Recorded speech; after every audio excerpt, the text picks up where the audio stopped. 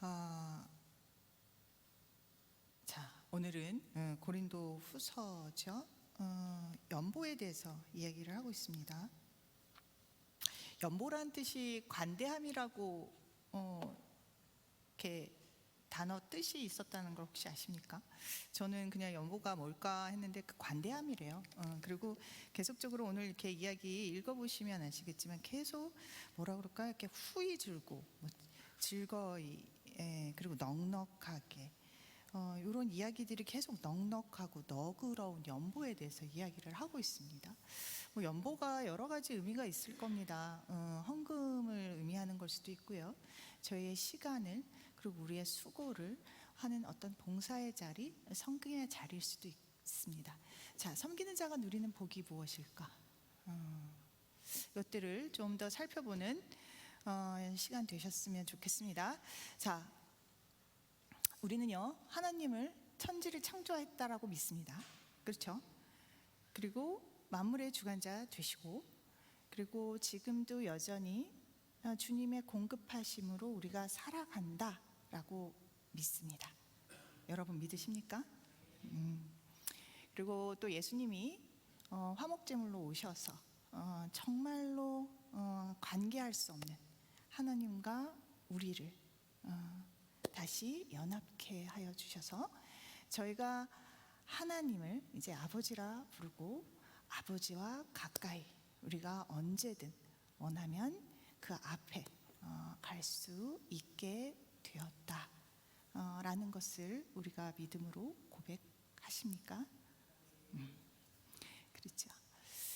자, 저희가 그러면서 이제는 우리가 이제 우리로 사는 것이 아니라 우리는 옛 자아는 십자가에 못 박혀 죽고 이제 내 안에 내주하시는 그리스도가 성령께서 사시는 삶을 산다.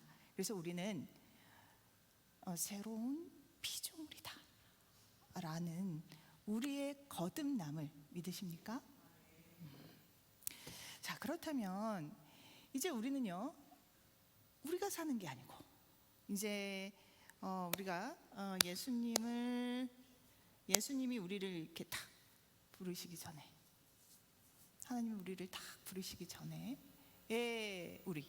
우리는 죄를 지을 수밖에 없었던 우리가 이제는 예수님이 하나님의 아들이시고 구주이심을 고백한 이후에는 지금 하나님의 도우심으로 열심히 함께 하심으로 인해서 우리는 이제는 매 순간 죄를 짓지 않을 존재로 우리는 지금 계속 데일리 삶을 살아가고 있습니다.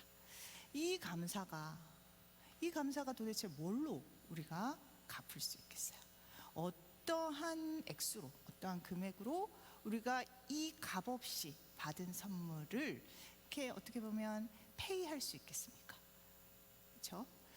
자, 그럼에도 불구하고 우리는 어떻게 보면 주님이 지금 당장 너 일로 와서 좀 이거 좀 도와주렴 한다고 했을 때 예스, 사실은 예스가 아니죠. 감사합니다죠.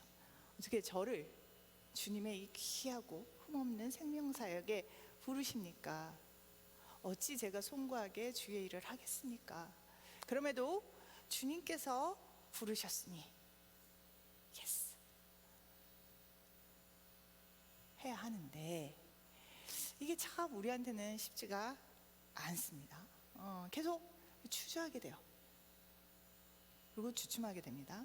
혹시나 나를 부를까 해서 이렇게 숨어서 다니기도 하고, 또 한편으로는 그래 내가 요즘에 조금 내가 나댔더니 이게 또 사람들 눈에 내가 좀 띄었나 보다, 다시 자중하자 하면서 이렇게 숨어서 다닐 수도 있습니다. 자, 왜 우리는요 하나님한테 이렇게 많은 은혜를 받고 감사를 우리가 이렇게 경험하는데 왜 우리가 이렇게 주의 일을 하는 데 있어서 참 많은 일들이 이렇게 어색하고 또 한편으로는 주저하게 되고 주춤하게 될까요? 여러분은 주님을 사랑하신다 말씀하시면서 어떻게 주님을 향한 사랑을 표현하시고 확인하시고 확증하시겠습니까? 자, 어떤 남자가 있어요. 그 남자가 사랑한대요.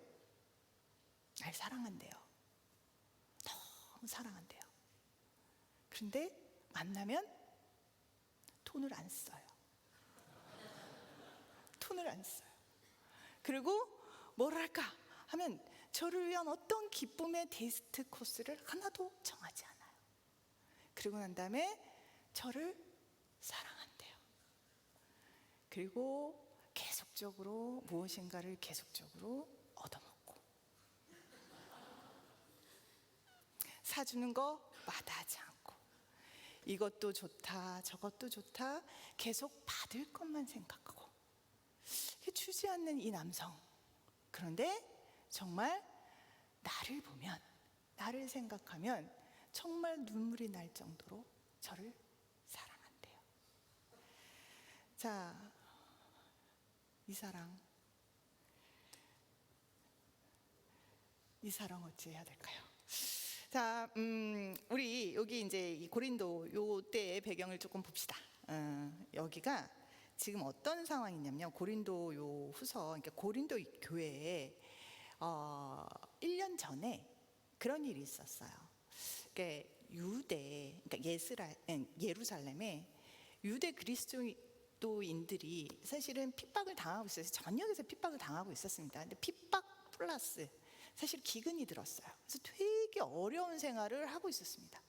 그래서 이 유대 그리스도인들이 너무 어려운 생활을 하니까 이제 이방의 기독교인들이 아무래도 그래도 유대 그리스도인들을 좀 돕자 해가지고 이 고린도 교회가 좀 탁 나서가지고 연보를 걷겠다. 그래서 이제 구제 헌금을 걷기 시작했어요. 그러니까 마게도니아 교회의 이제 일부 교회가 그걸 딱 보면서 너네가 걷어? 그럼 우리도 좀 걷을래. 우리도 걷을래 하면서 열심히 걷었어요. 그런데 이게 뭐 아시다시피 이렇게 고린도 전후서 이렇게 쓰면서 이렇게 고린도 교회가 바울하고 조금 이렇게 막 많은 마찰이 있었습니다. 그래서 너 이 사도 직분 맞아? 뭐 어째? 하면서 계속 이렇게 싸움이 있었고 오해가 있었어요. 그래서 그랬는지 몰라도 고린도 이 교회에서는 이 연보를 걷겠어 하면서 1년 전에 열심히 좀 하다가 뚝 끊겼어요. 그래서 이 흐지부지 주춤주춤 하게 되었고요. 마게도니아 교회에서는요 열심히 그 헌금을 모아가지고 8장 2절 같은 때 보면요, 여기도 이 마게도니아 교회도 사실은 환난이 있었습니다. 그리고 되게 못 사는 이 지역이었어요. 그럼에도 불구하고 굉장히 기쁨으로 연보를 하고 굉장히 풍성하게 이 연보가 거둬졌습니다. 그래서 이게 참 많은 기쁨이 되었었어요. 그러니까 이제 바울이 이제 이걸 보고서 이제 9장에서 이런 얘기를 해요. 9장 4절에서 이제 이런 얘기를 합니다. 이제 곧 마게도니아 사람들하고 이제 고린도 너네 거기 가서 이제 연보를 이제 다 취합을 해가지고 이제 예루살렘에 갖다 주려고 하는데 4절에 보면요, 혹 마게도니아인들이 나와 함께 가서 너희가 준비하지 아니한 것을 보면 너희는 고사하고 우리가 이 믿던 것에 부끄러움을 당할까 두려워한다라고 이야기를 합니다. 야, 너네가 지금 열심히 하지 않으면 마게도니아 막 이제 너무 기쁘게 정말 우리가 이 일들을 좀 하면서 귀하게 좀 이게 쓰였으면 좋겠어요 하면서 이제 왔는데 너네가 이런 식으로 이렇게 하지 않고 있으면 좀 너무 부끄럽지 않겠니? 라고 하면서 좀 똑바로 해라 라는 조언을 합니다. 자, 그런 와중에 이 연보라는 거, 헌금이라는 것은 과연 어떤 원리에서 어떻게 지금 내야 하는지, 그리고 그것을 냈을 때 유익이 무엇인지에 대해서 사실 6절에서 오늘 읽은 15절까지 말씀을 하고 계세요. 그래서 우리가 그것을 보게 될 것입니다. 자, 6절입니다. 6절에 이렇게 말씀을 하세요. 그것이 곧 적게 심은 자는 적게 거두고 많이 심은 자는 많이 거둔다 하는 말이도다. 자, 씨를 뿌리는 파종의 비유를 해서 인색함과 관대함에 대해서 이야기를 하고 있습니다. 자, 곧 적게 심은 자는 적게 거두고 많이 심은 자는 많이 거둔다는 얘기예요. 근데 이거를 양에 초점을 맞추시면 안 됩니다. 태도에 맞추셔야 돼요. 태도. 그러니까 예를 들면 적게 심는 자는 뭐냐면요, 인색하게 막 너무 전략해가지고 아주 조금 심는 그런 태도, 아까워가지고. 그런 사람들은 어떻게 해요? 적게 거둔다는 거예요. 그런 태도를 가진 사람들은. 그리고 뭔가 풍성하게, 후하게, 관대하게 심은 사람들은 많이 거둔다는 얘기입니다. 당연한 얘기죠. 어떻게 보면 이거 너무 당연해가지고 이거 당연하네? 라고 우리가 이해할 수 있을 것 같습니다.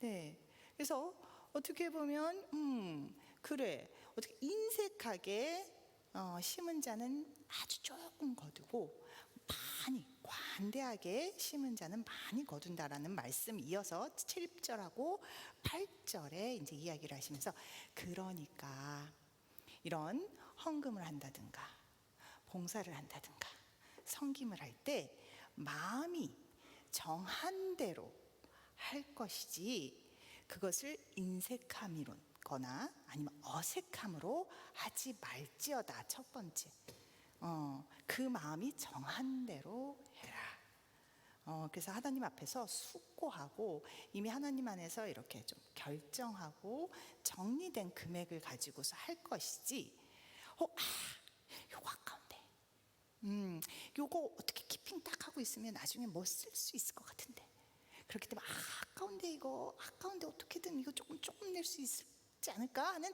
인색한 마음이나, 혹은 이거 남들이 보는데 이게 내가 집사직분 받고 권사직분 받고 장로직급 받으려면 이 정도는 좀 해야 되는데, 혹은 이거 안 하면 혹시 하나님이 나를 좀 벌 주실 것 같아서 내키지 않지만 억지로 하는 그런 연보는 하지 말라는 이야기를 하고 계십니다.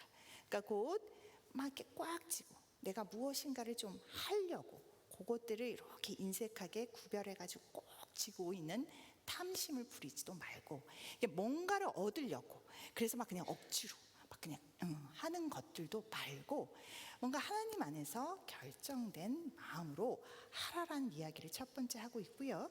그리고 난 다음에 두 번째는 뭐냐면, 하나님은 즐겨내시는 자를 사랑하시느라.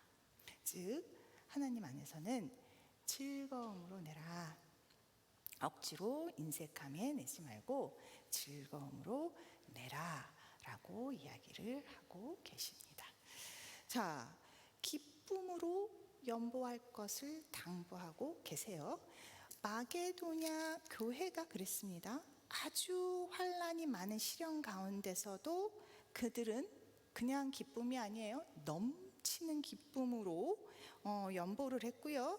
그리고 극심한 가난에도요, 그들은 풍성한 연보를 했다라고 8장 1절, 2절, 3절 쭉 이야기가 나오고 있습니다.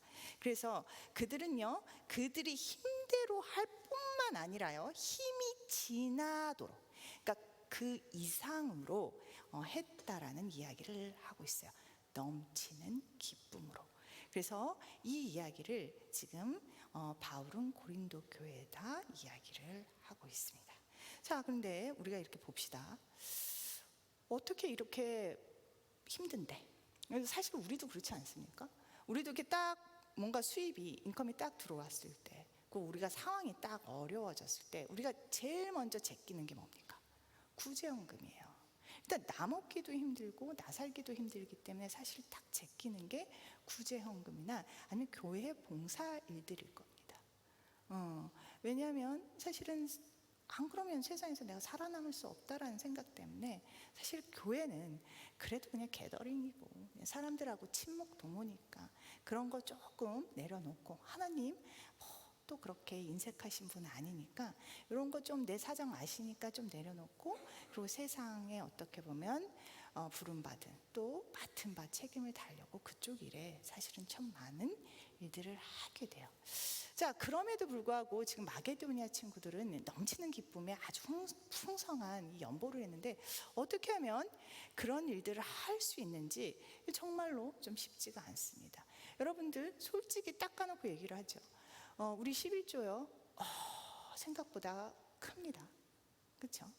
그래서 우리는 11조가 늘 좀 부담이 돼요. 11조 안 내면 근데 뭔가 좀 벌 받을 것 같고, 내가 일이 좀 잘 안 풀리는 게 11조를 안 내서 그런가? 라는 자꾸 자문을 하게 되고, 그래서 11조는 좀 내야 될 것 같은데, 근데 11조를 내자니 이게 너무나 생각보다 많은 목돈이 나가서, 이거 솔직히 말해서 안 내면 관리비도 뭐 조금 되고 월세도 좀 세이브 되고, 이걸로 내가 모으면 연 그래도 꽤 되는데 라는 생각들이 사실 앞서게 됩니다.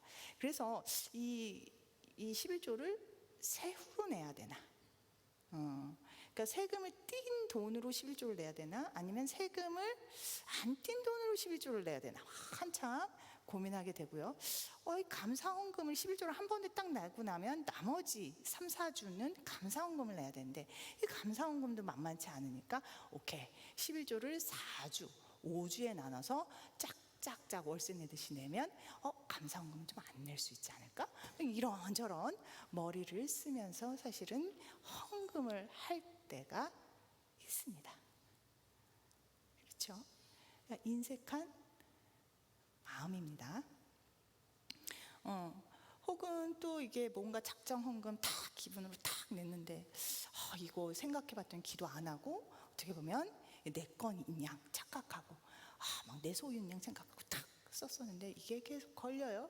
그래서 억지로 그것들을 해나가는 경우들도 사실 있습니다. 그건 억지로 임하는 자세일 거예요. 자, 이런 와중에 이거 어떻게 해야 되나 고민될 때 바울은 요 얘기를 합니다. 그러면서 이제 우리에게 가르침을 주시는데요. 자, 9절 전에 우리가 한번 8절 읽어보죠. 8절. 하나님이 능히 모든 은혜를 너희에게 넘치게 하시나니 이는 너희로 모든 일에 항상 모든 것이 넉넉하여 모든 착한 일을 넘치게 하려 하심이라, 이렇게 말씀을 하세요. 뭔가 하나님께서 어떤 은혜, 이 모든 능히 할 수 있는 은혜를 우리에게 넘치게 하셔서 우리가 연보를 할 수 있게끔 해주시는 분이시, 주체가 지금 하나님이라 말씀하시고 있고요. 모든 착한 일에 항상, 모든 일에 항상 넉넉하게, 그리고 모든 착한 일이 넘치게 하게 하나님은 계속해서 우리를 돕는다라고 말씀을 하십니다. 그러면서 지금 9장의 이야기를 하세요. 시편 112편입니다. 거기에 9절을 이렇게 인용해서 말씀을 하시는데요. 그가 흩어 가난한 자에게 주었으니 그의 의가 영원토록 있느니라 라고 말씀하세요. 자, 그리스도가 아직 우리가 죄인 되었을 때요, 우리를 위해서 죽으십니다. 그리고 하나님께서는요, 우리에 대한 사랑을 십자가의 그리스도의 못 박힘으로 확증을 하세요. 자, 하나님이 본인의 살과 피로 우리 이 가난한 자들, 불쌍한 자들, 은혜 없이는 살아갈 수 없는 자들, 사망에 있는 자들, 어둠에 있는 우리를 먼저 찾아오셔서 살과 피를 찢으시고 우리에게 의롭다 칭함을 주십니다. 자, 이런 하나님이 있었기 때문에 저희는 지금 이렇게 봉사라는 직무에 대해서 고민하고, 이 부분에 대해서 과연 하나님의 원하시는 방향이 무엇인가를 고민하는 시간을 갖게 되는 것입니다.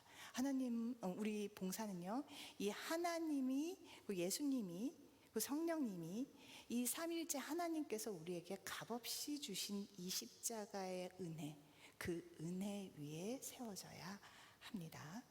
그래서 우리는요, 우리의 어떻게 보면 봉사라는 것이 시간을 내어주고, 우리의 헌신, 우리의 수고를 떼어주고, 또 우리가 어떠한 것들을 빼앗기는 그런 과정이라고 봉사를 생각하며 깊이 합니다. 그렇죠? 봉사는 솔직히 말해서 진짜 봉사예요. 그래서 그걸 했다고 싹이 나오는 게 아닙니다. 내 봉급이 나오는 게 아니에요. 내 연봉이 올라가지 않습니다. 정말 어떻게 보면 내 것들을 떼어내고 찢어주고 어떻게 보면 내어주는 시간들이에요. 그래서 봉사가 꺼려지는 이유입니다. 파괴, 상실의 자리예요. 맞습니다. 자, 우리가 무엇인가를 남기기 위해서 인색하게 굳는 자리가 봉사의 자리가 아니고요. 또 무엇을 성취하기 위해서 어떻게 보면 억지로 하는 그런 자리도 아닌 것이 봉사의 자리입니다. 우리 자아가 깨어지고 부서지고 찢겨져야지 되는 그런 자리예요. 그래서 봉사는 힘듭니다. 그런데 그 힘겨운 자리에 우리가 서야 하는 이유는요, 우리가 이렇게 깨어지고 짜게지고 나눠지고 빼앗겨져야 되는 그 자가 그 봉사의 그 자리에서 깨어지고 빠개지고 나눠지고 흩어져야 되는 게 맞기 때문입니다. 왜냐하면 하나님께서 그렇게 먼저 그의 찔리심으로 그의 상하심으로 우리가 평화를 얻었고 우리가 나음을 얻었습니다. 그렇기 때문에 그 은혜 위에 우리가 섰고 우리도 주와 함께 똑같이 작은 예수가 되어서 우리 또한 찢기고 깨지고 나눠지는 그 십자가의 자리에 죽기까지 예수님과 함께 가야 합니다. 그것이 봉사의 자리예요. 그렇기 때문에 봉사는 늘 꺼려지고 늘 뒤에 머물고 미뤄두고 싶은 자리이기도 합니다. 그런데 그 깨어짐이 없이는 우리 하나님께서 우리에게 주셨던 그 평화와 그 치유와 나음이 나타나지가 않아요. 우리 자가 먼저 깨어져야 주님이 우리 안에서 다시 살아가실 수가 있습니다. 그렇기 때문에 이 봉사의 자리는요, 너무나 곤욕스러운 자리이지만 우리에게는 꼭 필요한 자리이기도 합니다. 바울은요, 여기에서 이 봉사의 이 자리가 그러나 얼마나 유익한지에 대해서 또 한편 이야기를 하고 있어요. 10절에서 이야기를 하고 있습니다. 심은 자에게 씨와 먹을 양식을 주시는 이가, 즉 심는 자에게, 우리가 이제 봉사하면서 심는 자에게 뭘 준다고요? 씨와 먹을 양식을 주시는 이가 하나님이십니다. 자, 우리가 너희 심을 것을 누가 주신다고요? 우리가 만드는 거 아니에요. 자, 그 씨와 먹을 양식을 주시는 이가 너희 심을 것을 주사 풍성하게 하시고 너의 의의 열매를 더하게 하신다 라고 말씀을 하십니다. 첫 번째, 봉사를 하는 섬기는 자가 누리는 유익은 이 첫 번째입니다. 자, 뭐냐면 심는 자가 하나님으로부터 씨를 심을 것을 받고요, 또한 풍성하게 하심을 받고요, 이에 의의 열매를 더하심을 보게 되고 목격하게 된다는 사실입니다. 그로 인해서요, 구제란, 섬김이란, 헌금이란 주님의 사역이라는 것이요, 내 것을 나누어 주는 것이 아니고요, 나는 그 안에서 내 것이 깨어지는 과정이고요, 하나님께서 공급해 주시고 하나님께서 풍요하게 해주시고 하나님께서 더해 주시는 과정입니다. 그렇기 때문에 저희는요, 그 과정을 섬김과 수고를 통해서 목격하게 되는 거예요. 어디서 많이 보지 않았습니까? 가나안의 혼인잔치에서 물떠온 하인이요, 그 수고요, 물떠온 하나님이 자 이거 채워가지고 날라라 하는 그 수고를 하는 과정에서 이들이 목격했던 것은 물이 포도주로 바뀌는 기적을 보았습니다. 곧 우리는요 그 수고를 통해서 하나님의 일하심을 목격하게 되는 것입니다. 그것이 봉사자가 누리는 첫 번째 가장 큰 유익이라고 할 수 있습니다. 그래서 이들에게는요 하나님이 더 이상 그냥 남들이 들려주는 간증을 통해서 경험하지 않아요. 이 책을 통해서, 설교를 통해서 그렇구나, 하나님은 그러신 분이라시라고 하는구나 라고 들으면서 은혜를 받지 않습니다. 이제는 봉사의 자리에서 살아계신 하나님의 일하심을 목격하게 되는 생생한 사역의 증언자로 서게 되시는 겁니다. 자, 그리고 두 번째는요 뭐냐면 11절을 보시면요, 너희가 모든 일에 넉넉하여 너그럽게 연보를 함은 그들이 우리로 말미암아 하나님께 감사하게 하는 것이다. 자, 연보가요 근데 섬김이라는 게요 굉장히 작고 어떻게 보면 팍팍한 강팍한 나눔이 아니라 하나님의 은혜 위에, 우리의 헌신 위에 세워진 섬김은 넉넉하고 너그러운 섬김이고, 그로 인해서 돌봄을 받는 자들이 하나님께로 돌아와서 그 은혜에 감사, 땡큐를 보내는 그 장면, 그 현장을 목격하게 된다는 것입니다. 자, 그들의 감사는요 단지 물질을 받아서 뭔가 섬김을 받아서 기뻐하는 그런 저차원적의 감사가 아니에요. 자, 한교섭을 봤을 때도요 무슨 자동차 받고 난 다음에 막 사람들이 기뻐했어요. 자, 그랬을 때 그게 4천만 원짜리 그 자동차 때문에 기뻐했을까요? 물론 기뻐했을 겁니다.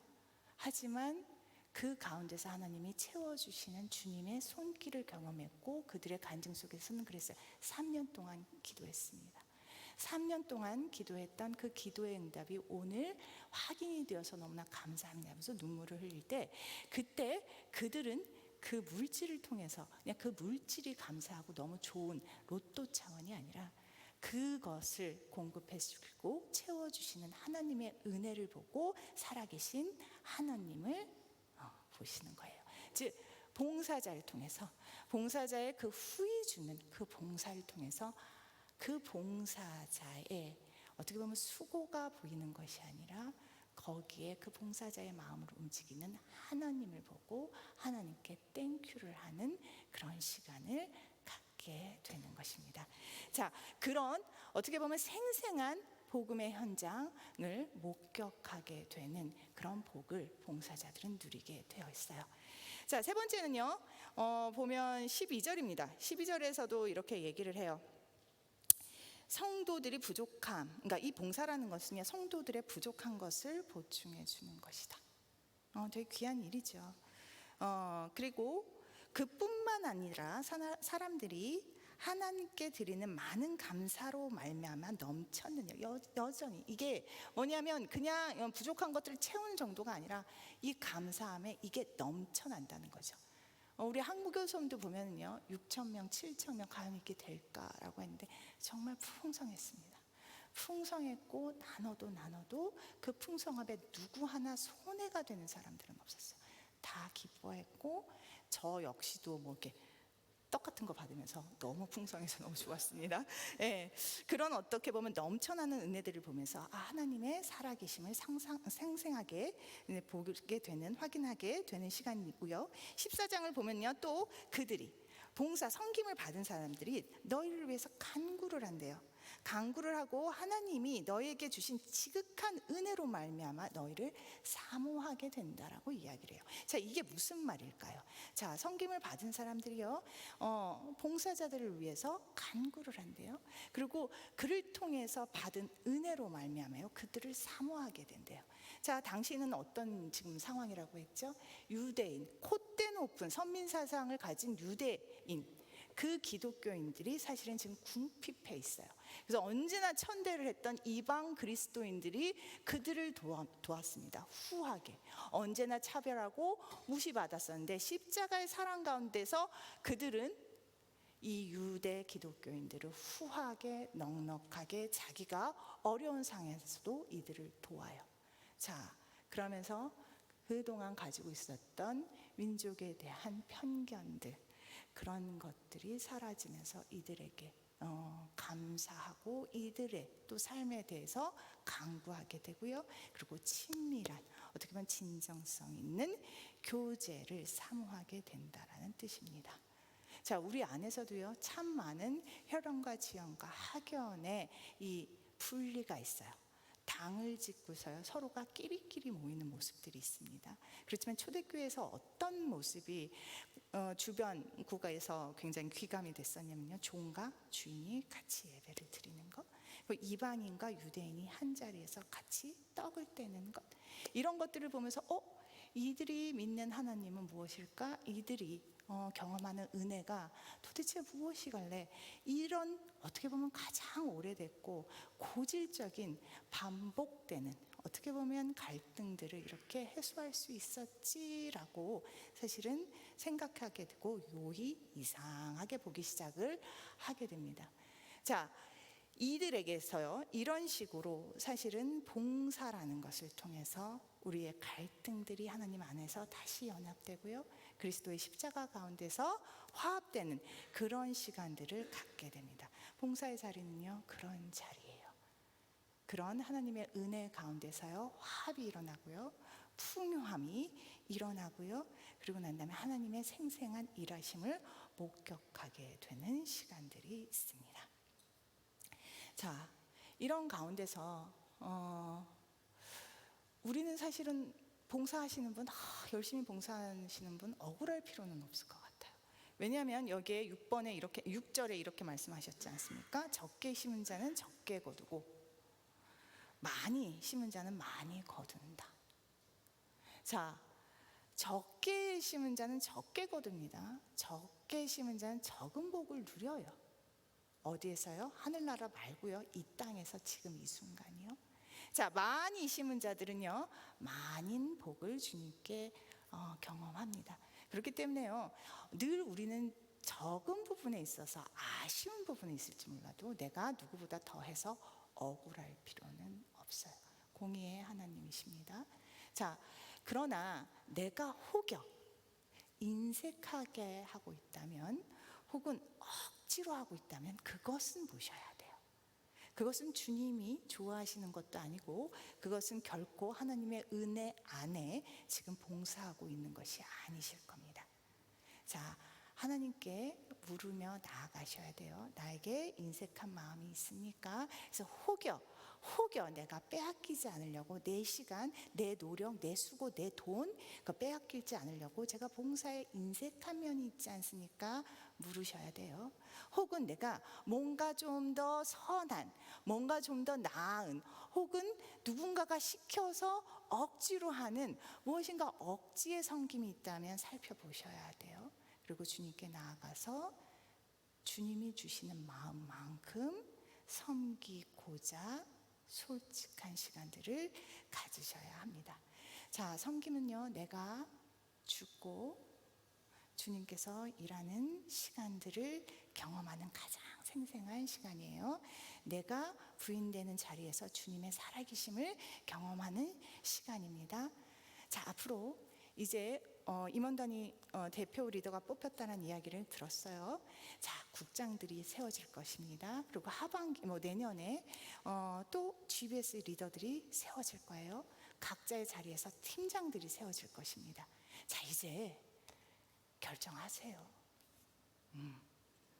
더 이상 안식 계속 하시면서 라인아웃 안 당하시려고 애쓰지 마시고요.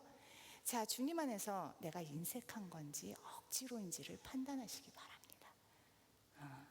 자, 지금요, 저희 오늘 주보 보셨으면 아시겠지만 제자훈련 광고가 떴어요. 1년이란 시간 제자훈련 지금 받고 있는 사람들한테 찾아가서 물으십시오. 1년 결코 짧지 않습니다. 그리고요, 과제도요, 어마무지해요. 그리고 방학이라고 해서 야 신난다고 했는데, 방학은요, 단선 때문에 더욱더 많은 노고와 수고를 해야 합니다. 자, 그럼에도 불구하고 얘네들은 왜 이 재혼을 할까? 가서 물어보십시오.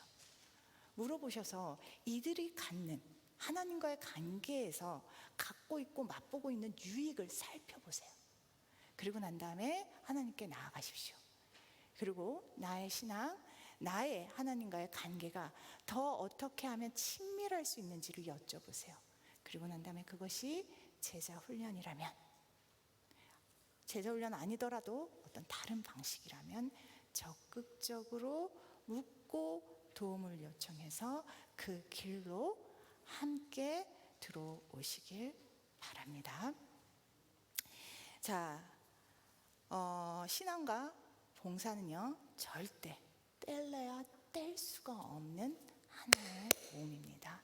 아까 전에 말했죠. 남자가 사랑한다고 하고 어떤 수고도 하지 않는 거, 그거 사랑하는 거 아닙니다. 더 이상 기만적으로 행동하지 마시고요. 자, 주 안에서 주를 정말로 사랑하신다면 주님이 갔던 그 길, 자연을 부인하고 사람을 살리는 그 생명의 길에 여러분은 이미 초대되었고 이미 여러분의 선택을 기다리고 계시니 주 안에서 선택하는, 자발적으로 순종하는 시간 되시길 바랍니다.